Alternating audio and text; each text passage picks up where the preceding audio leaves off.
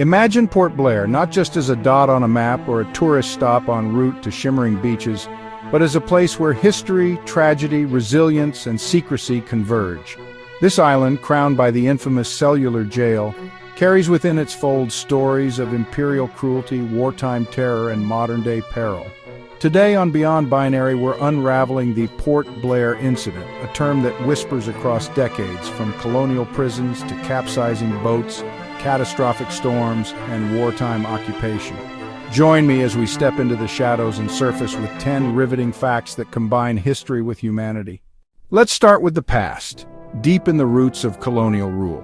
Port Blair under the British became the centerpiece of their penal strategy, a Blackwater's exile meant for those deemed most dangerous to the empire. The Cellular Jail, or Kalapani, was built from 1896 to 1906. Its design was a panopticon, a shell of 7 wings radiating from a central tower, ensuring prisoners were always visible, always broken in spirit. Inside, there were 693 solitary cells. Each inmate couldn't even see another. Every window faced a wall, designed to extinguish solidarity with isolation. Freedom fighters like Veer Savarkar languished here, their voices silenced inside those brutal walls. Then came the war. In March 1942, Japanese forces invaded the islands without resistance. Port Blair and Ross Island quickly fell. They detained senior officials and, in a macabre display, forced them to dig pits before murdering them. One Englishman was beheaded publicly for daring to communicate. The occupation wasn't just violent, it was deeply personal. The Japanese also declared the islands, renamed Shahid and Swaraj, as handed over to Subhas Chandra Bose's Azad Hind, but they retained all power. Bose visited in 1943, but even his prestige couldn't halt atrocities. On January 30, 1944, 44 Indian civilians, many associated with the Indian Independence League, were executed in Homfreyganj, suspected of espionage. As the war dragged on and resources vanished, cruelty escalated. In 1945, hundreds deemed old or useless were deported to barren islets. One group, 300 people, were forced off boats. Many drowned, others starved. Weeks later, survivors were discovered, a haunting few. Another batch of 800 were massacred on untouched beaches. Estimates suggest around 2,000 perished in these final chapters, almost a tenth of Port Blair's pre-war population. Now leap forward to January 26, 2014.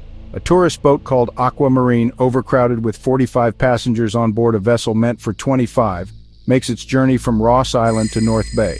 It capsizes just kilometers off the shore, fatal lifeline cut short. 21 souls lost, one still missing. No life jackets, no divers, no second chance.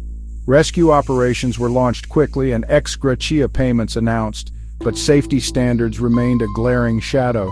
More recently, Port Blair has proven as challenging as it is beautiful.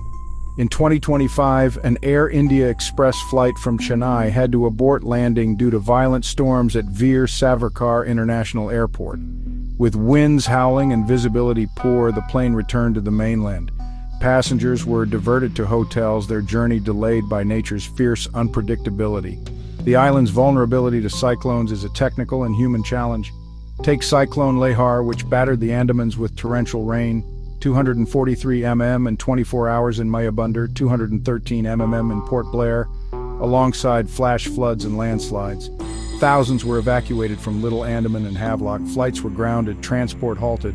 It was a stark reminder, even in today's world of tech and preparation, nature remains a powerful adversary.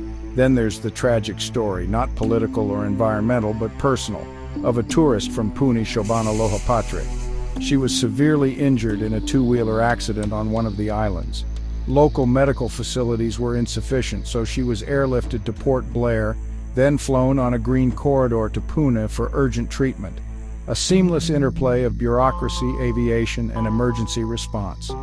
Over time, whispers of stranger tales have emerged, like the assassination of Viceroy Lord Mayo on February 8, 1872, stabbed at the penal settlement in Port Blair by Sher Ali Afridi.